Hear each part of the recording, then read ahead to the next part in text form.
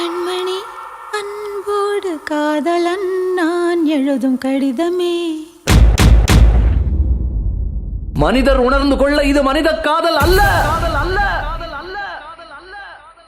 அதையும் தாண்டி புனிதமானது.